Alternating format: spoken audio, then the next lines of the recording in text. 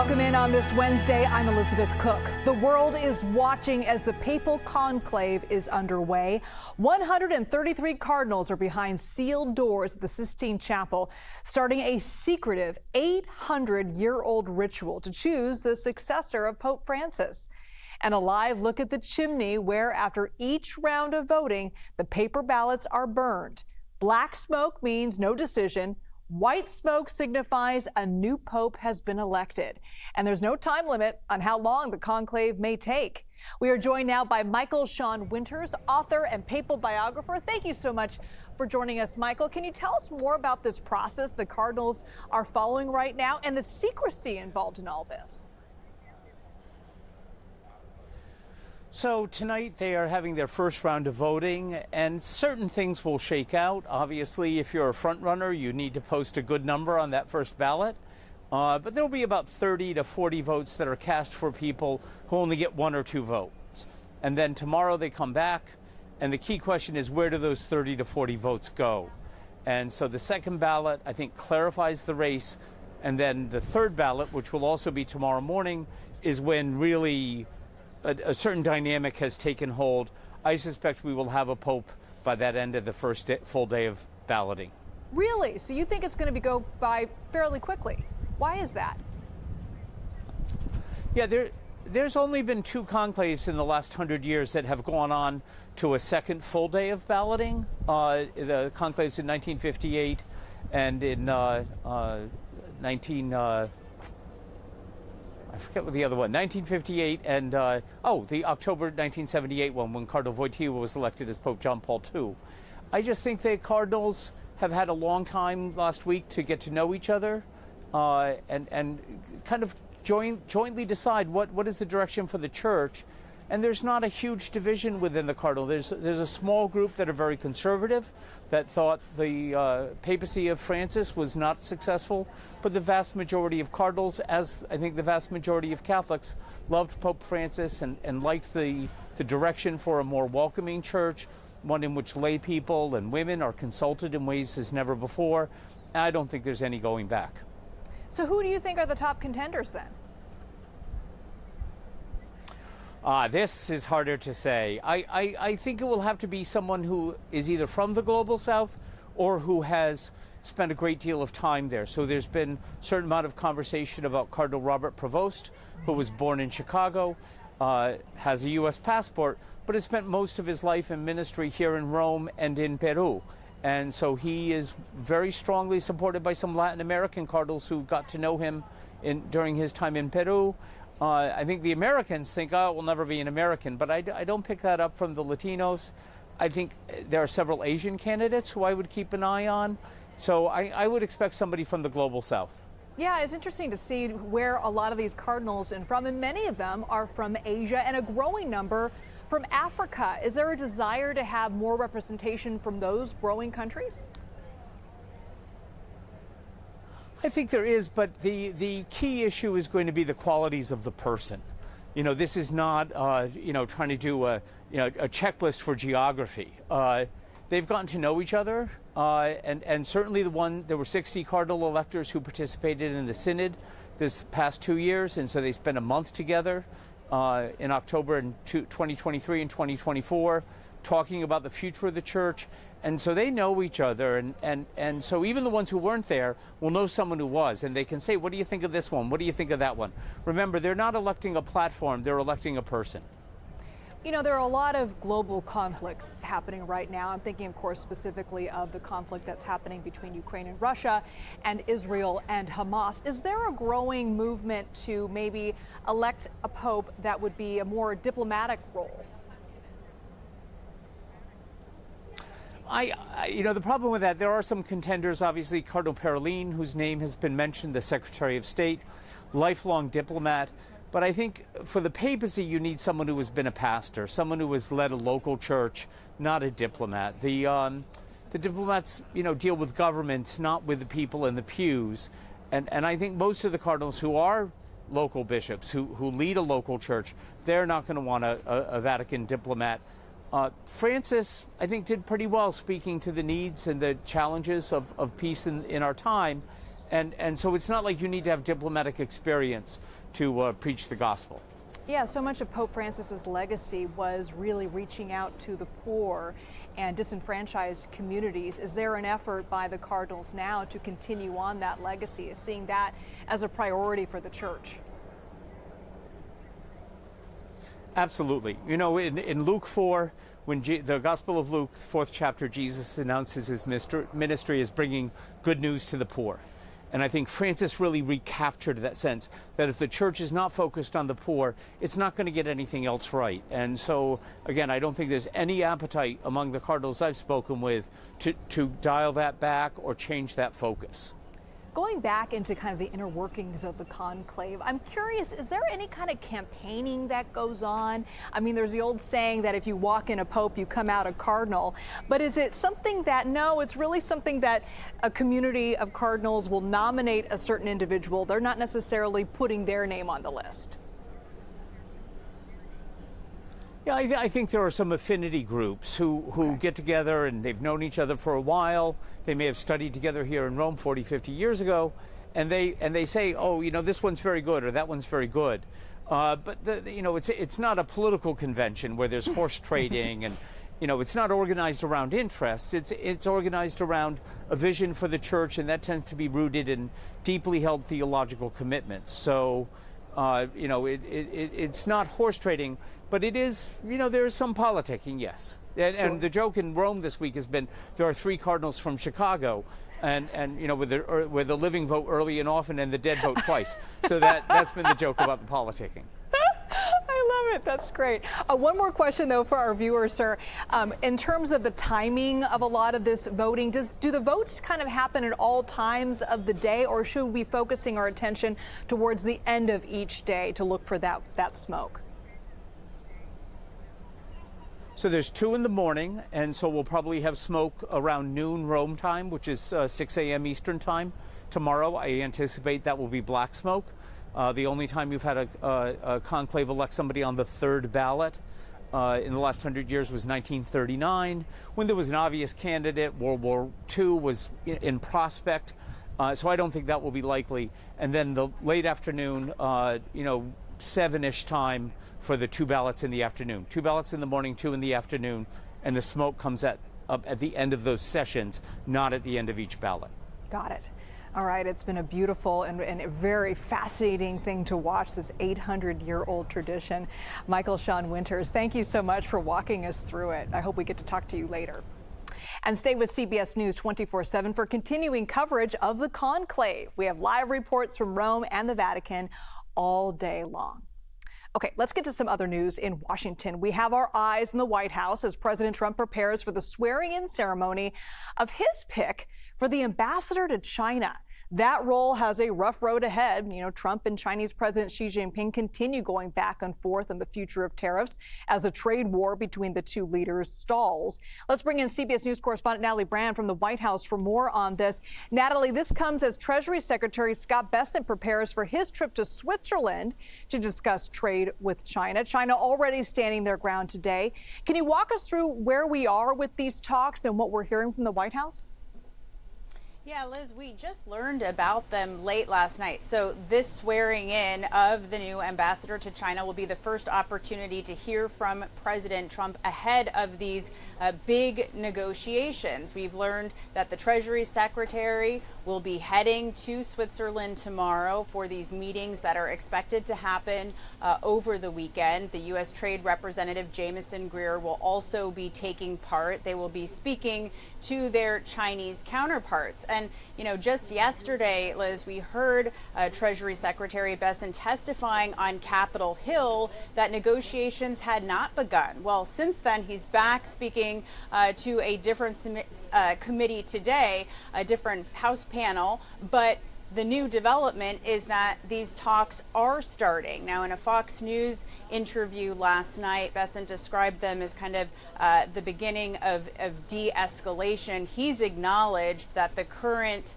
tariffs of 145% on Chinese imports is not sustainable for either side. And already, Liz, as we've been reporting, we've already seen impacts at major, ports in the United States. So we'll have to wait and hear from the president what he expects from these negotiations and really a timeline here of how long this could drag out. And Natalie, later on today, Fed Chair Jerome Powell expected to give an update on interest rates. He's faced continued pressure from the president to cut those rates to address inflation. Remind us of those remarks from Trump and what we might be watching for here. Yeah, we've seen President Trump repeatedly pressure Fed Chair Powell to lower the interest rate. Of course, the central bank remains independent, and Powell has stressed that as being so key to his role. But if you remember last month, back in April, the president on social media said that Powell's termination can't come fast enough. Markets reacted quite negatively to his attacks on Powell, and then he seemed to walk that back, and more recently has said that he has no intention of firing Powell, whose term as chair expires next year. But it's going to be interesting to see what the president says about the decision that we are expecting later this afternoon. Even though some of his harshest attacks or criticisms and threats of firing have subsided when it comes to his remarks on social media and publicly, his calls, his pressure on the Fed to lower rates very much remains. Natalie Brand, live for us at the White House. Natalie, great to see you. Thanks so much. Okay, let's bring in CBS News Money Watch correspondent to talk about this, Kelly O'Grady at the New York Stock Exchange. Okay, so what can we expect with today's Fed rate announcement? I mean, is it going to be good news for people's wallets? Well, I guess that's how, depending on how you look at it. I mean, the average American, we all want interest rates to come down. It means indirectly your car loans, your mortgage rates will be lower, but the Fed is going to hold interest rates steady. It's almost 99% certain because there is just this wild card with what could happen with inflation. We still have a strong labor market.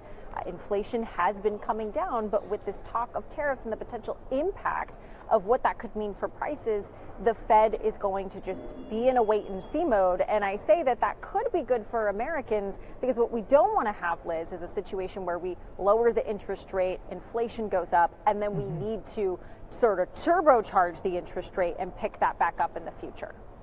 Now, on that same note, though, interesting with this, consumer sentiment is low. We've talked a lot about that. But Disney announced good growth in their park spending and attendance. By the way, their prices have gone up. But what do you make of this? I mean, it's expensive to go to Disneyland. And by the way, they're opening a new park in Abu Dhabi. I know. I was listening to the call this morning, Liz, because I actually used to work for Disney and I prepared their financials ahead of these earnings calls. And I was so surprised because you're right, Disney is expensive and we have seen consumer sentiment fall off a cliff, which we have heard from so many other hospitality and entertainment companies that is expected to see a slowdown in consumer spending. Disney reported today strong revenue in their parks, especially domestically, and they're seeing a 7% growth in bookings for the sort of holiday season. So that was really a surprise. They actually raised their guidance. I guess the sort of takeaway here is Mickey Mouse might be recession proof if you've got young families and you've been saving up for that. But I do think that tells you that the consumer is still spending, but maybe they're going to be very choosy. They won't take multiple vacations, but if they've been saving up, Disney is the one where they will spend their dollars. It is not insignificant to go there. I just came from there, and they're even charging to ride certain popular rides. I want to talk about trade, though, because we know China and the U.S. is going to be meeting soon. Can we expect the game to change with this meeting happening later this week? Not anytime soon. As Natalie expertly said, this is likely to be talking about de-escalation. So that 145% tariff, it is unlikely from every analyst and source that I am talking to that it's going to go. And that's really where businesses are looking. How much more are they going to be charged for goods coming into this country? It's what investors are looking at. It's what consumers are looking at. So I don't think you'll see a big change in the game or interest rates until that is really figured out. And let's remember, in the first Trump administration, it took over a year for these two sides to come to a deal. All right, let's see what happens with that. Kelly O'Grady, thanks so much. All right, looking live now from LaGuardia Airport in New York City. The Real ID deadline finally here. What it means for you the next time you travel. You're watching CBS News 24/7.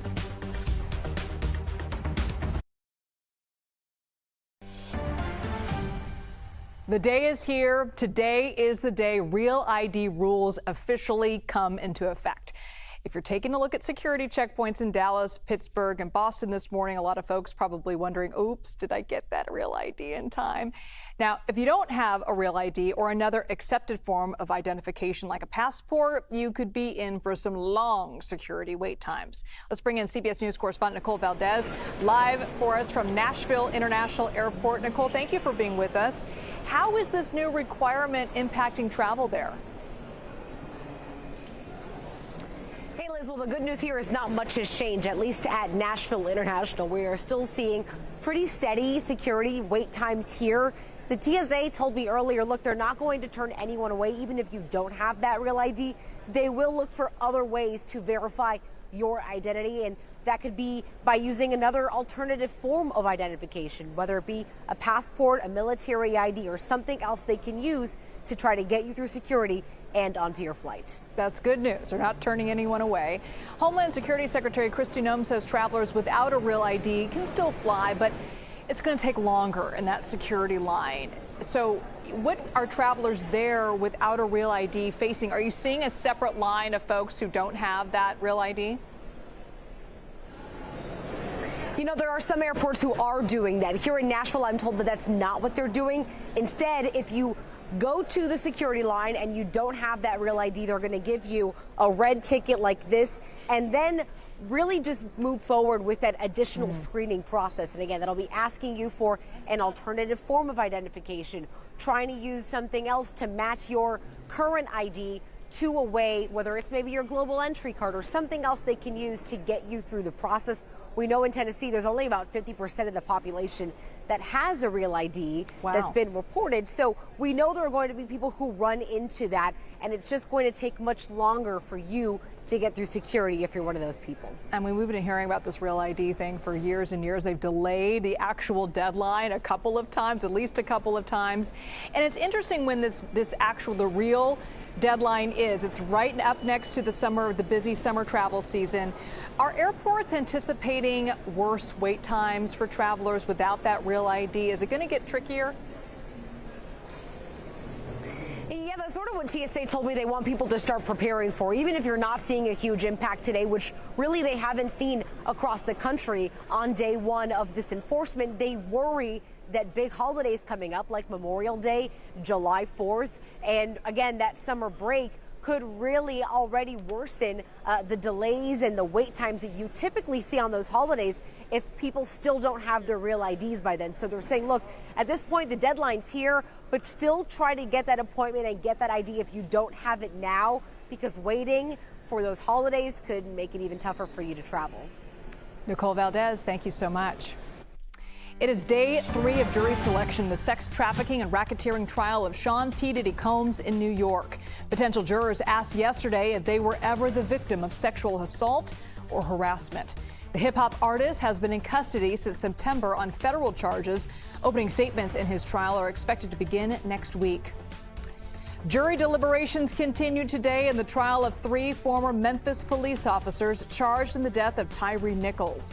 Tadarius Bean, Demetrius Haley, and Justin Smith face second-degree murder charges in state court. Tyree Nichols died in a hospital 2 years ago after he was beaten by officers following a traffic stop.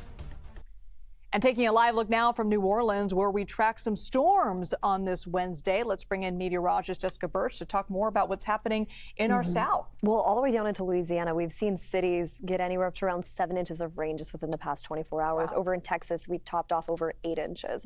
So the storms that are pushing through the south right now, they're packing a punch with heavy amounts of rain. We could also see damaging winds and another chance for tornado activity into this afternoon. Let's dive into that right now as we head into the afternoon hours today. The storm is going to last into the evening hours tonight, actually, and early morning hours tomorrow. As we creep closer to the weekend forecast, we'll catch a little bit of a break before stronger ones become apparent as we head into our Friday afternoon forecast. Take a look behind me. I want to time this out for you and just kind of show you the past 24 hours so far. The storm originated closer to Texas and Oklahoma. Now it's pushing its way across the Mississippi. New Orleans getting hit heavy with rain and strong winds. And just within the past 24 hours, like I mentioned, over 8 inches of rain has been accumulating over in areas like Texas. And Louisiana is getting pretty close to that 8-inch mark already. We'll continue to see heavy amounts of showers fall. We're also gearing up for wind gusts anywhere up to around 50 to 60 miles per hour at times. Tornado activity is possible just along the Gulf Coast, anywhere from New Orleans stretched all the way on the back end of this, closer to Houston too. So as we advance the clock into Thursday, here's that second batch of storms that I was talking about. A lot of it will be offshore, but those coastal communities that are very close to sea level, those are going to be the ones that are impacted by this localized flooding for sure as we head all the way into our Thursday and Friday forecast. In total, we're gearing up for close to around 3 inches of rain in communities close to New Orleans, all the way over into the panhandle of Florida. That severe weather risk today really just highlights that coastline. We head a little bit more north. That tornado threat impacts areas close to Oklahoma and then back down into southern parts of Florida, We could also see damaging winds too. So lots of the South right now just gearing up for heavy amounts of storms. We've been seeing this the past few weeks. This is that spring-like setup we're used to. They're just not getting a break though. They'll just get every week. a small break and then they gear up for more severe weather. That's the issue, is it's severe weather we're dealing with. Hard to make plans. I know. Thanks, Jess. Of course. All right, let's take you back to the Vatican, where the doors of the Sistine Chapel closed a little over an hour ago, and now we wait. All eyes on that chimney of the Sistine Chapel. Black smoke indicates there is no decision yet. White smoke means there is a new pope. You're watching CBS News 24/7.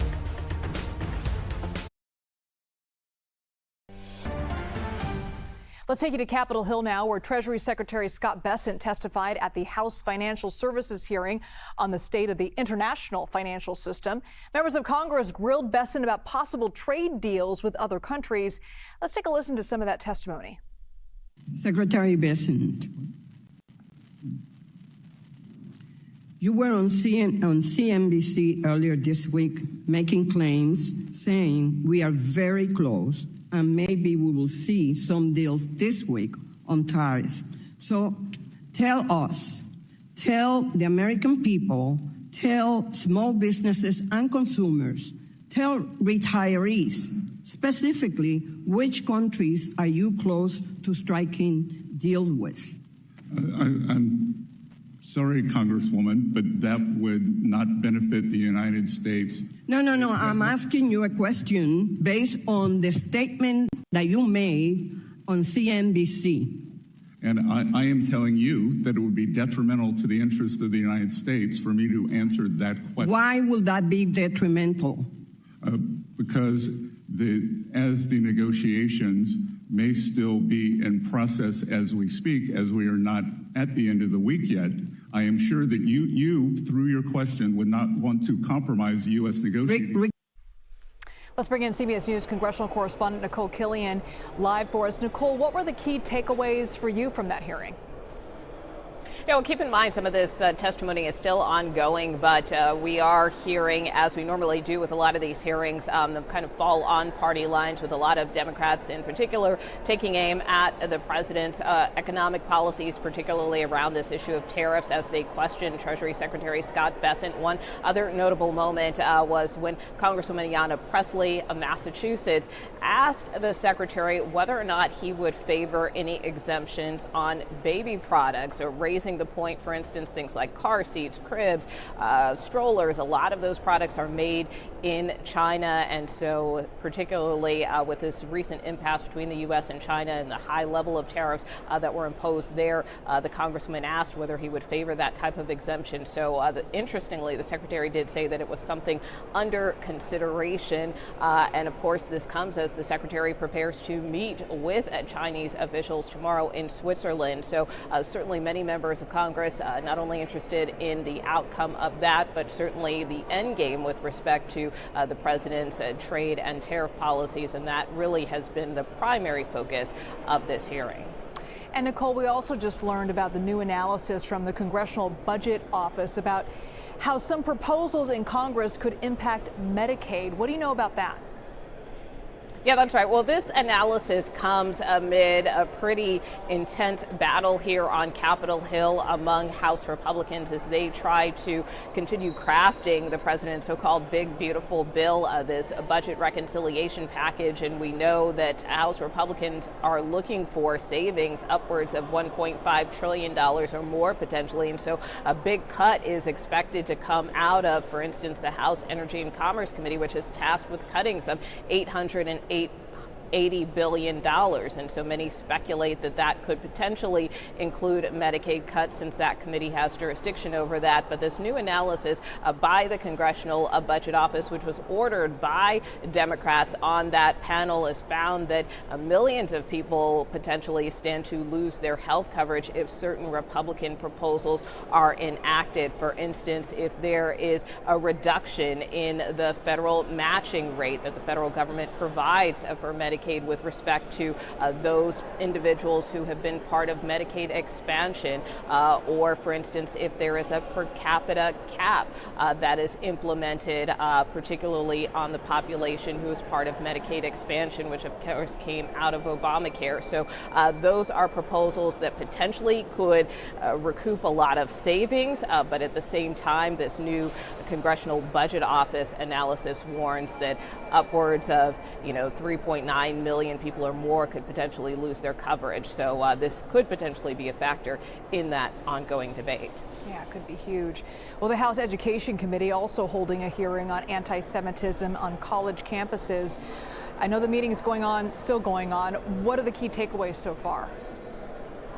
Yeah, well, this comes on the heels of course, an intense spotlight that this particular committee has put on this issue of anti-Semitism on college campuses. Of course, many people remember the hearings that this committee held in the last Congress, where we saw, for instance, a New York Republican, Elise Stefanik, who is a member of that panel, really take a lot of these university presidents to task, particularly of Ivy League universities, and many of them stepped down from their roles following those hearings. Today's hearing is a little tamer, even though the Congresswoman was part of it yet again. And this involves a series of smaller colleges, DePaul University, Haverford College in Pennsylvania, and Cal Polytechnic State University out in California, which, according to the chair of this panel, have been accused of mishandling protest on campus around the issue of anti-Semitism. So from that standpoint, that's why these particular schools and their presidents were called in.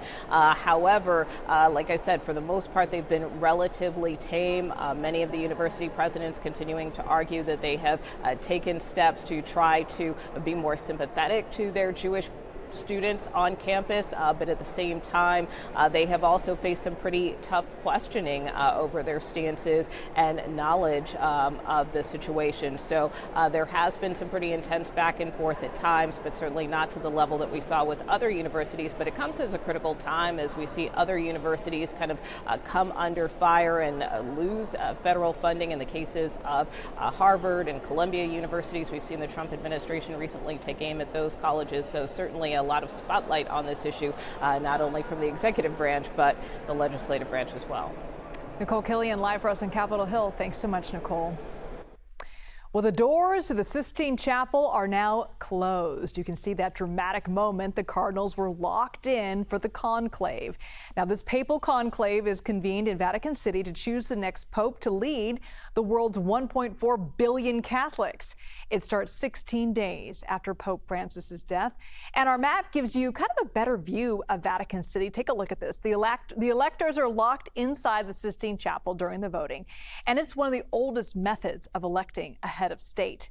And joining us now live from Rome is Camillo Baroni, the New York reporter for the National Catholic Reporter.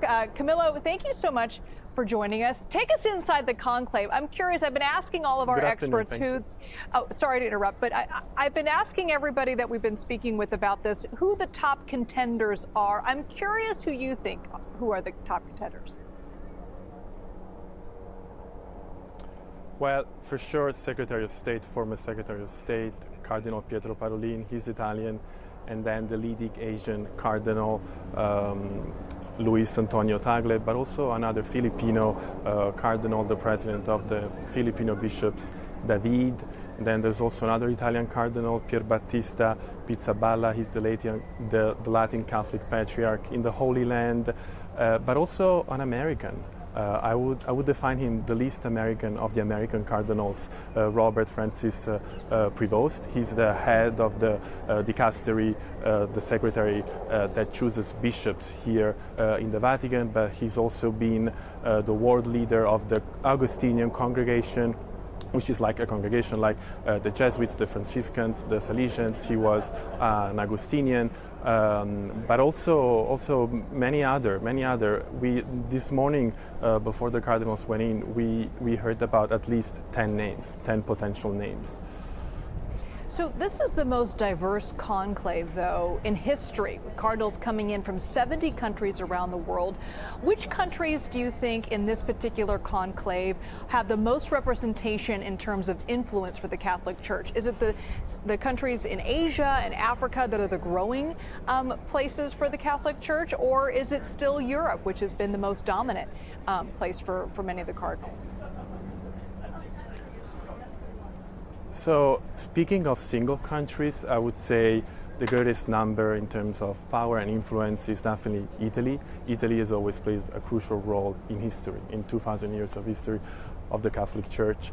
But speaking of geographical areas, Pope Francis changed it in a way that the majority of cardinals come from the global south, actually, the center and the global south. So we could probably potentially witness an alliance of cardinals from Central and South America, from Southeast Asia, and from the poorest areas, the poorest archdioceses and dioceses of Europe itself. So we should not think of European cardinals as a monolithic bloc.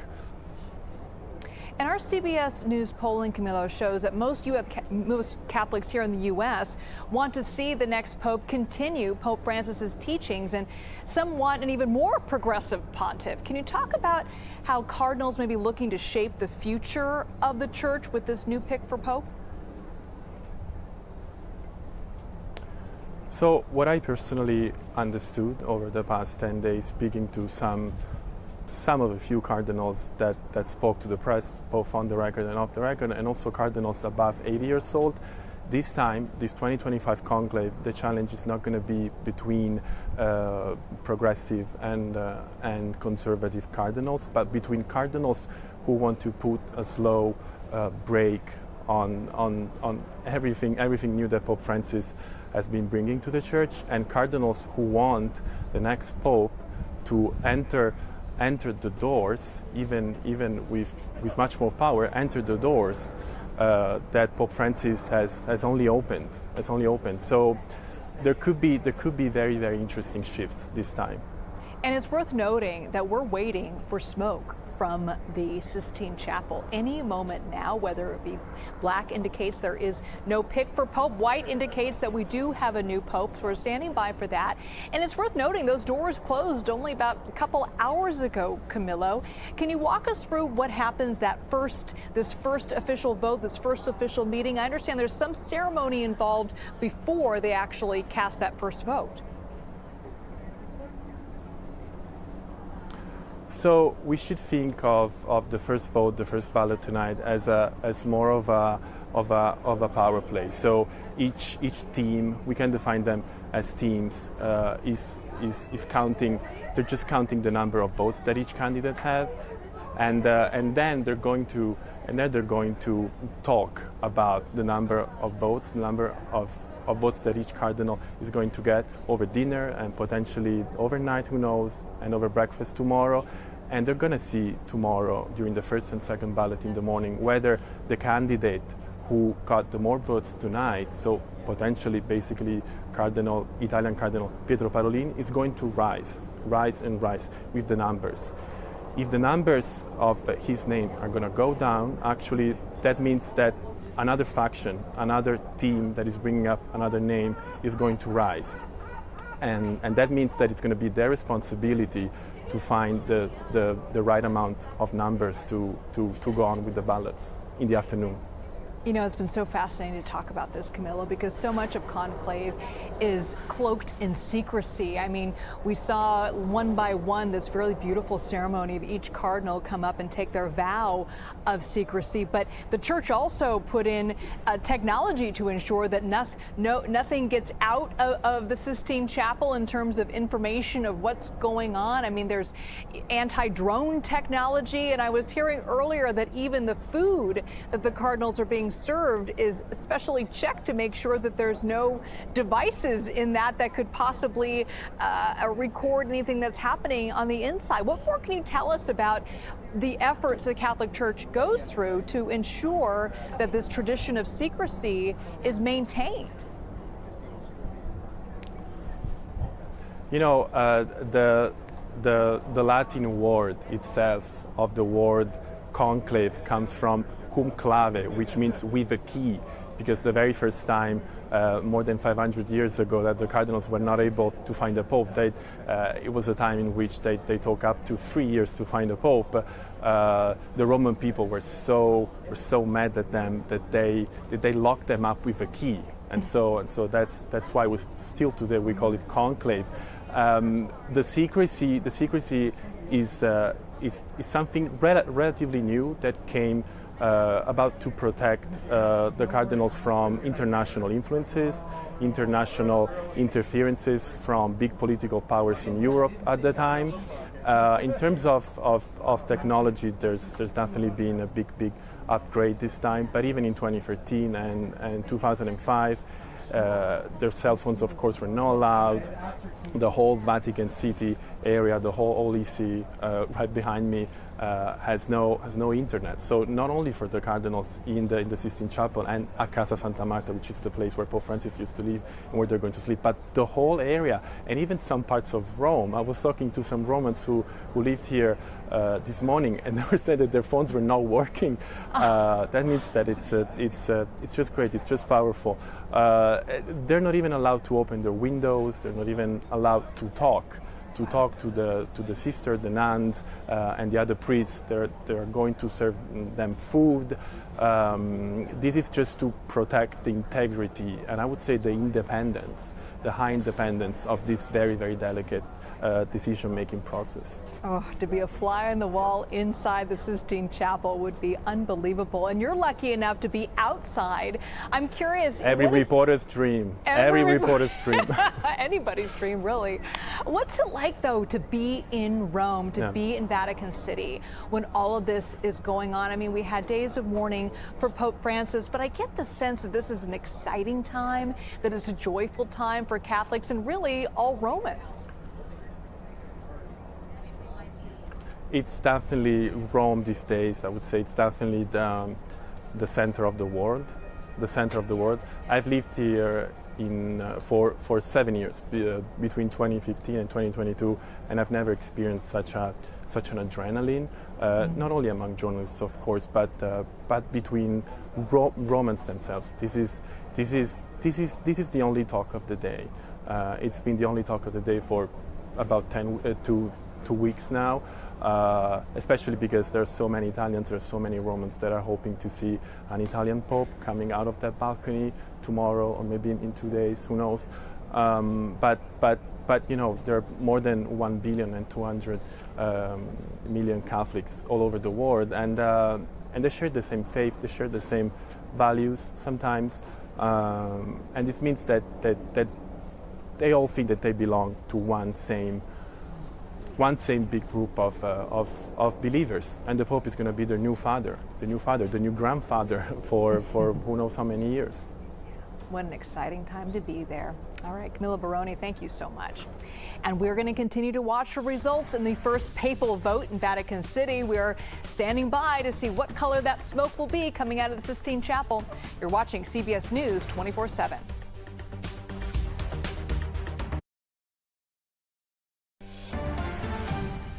All right, let's take you back to Vatican City, and there is the chimney there at the Sistine Chapel. Any moment now, smoke could be coming out of that chimney. Black smoke means there's no agreement on a pope. White smoke means there is a decision, and the cardinals inside have elected a new Pope.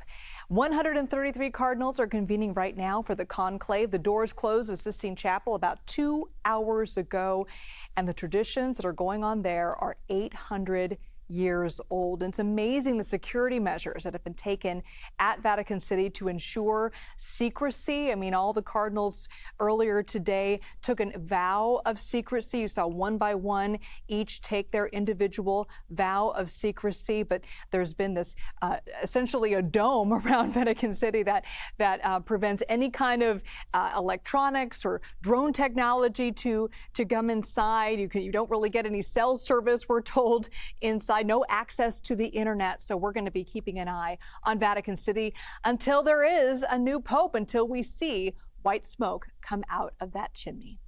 Meanwhile, back here in the U.S., President Donald Trump is at a swearing-in ceremony for David Perdue, the U.S. ambassador to China. The president just began taking questions from earlier. Watch moments ago.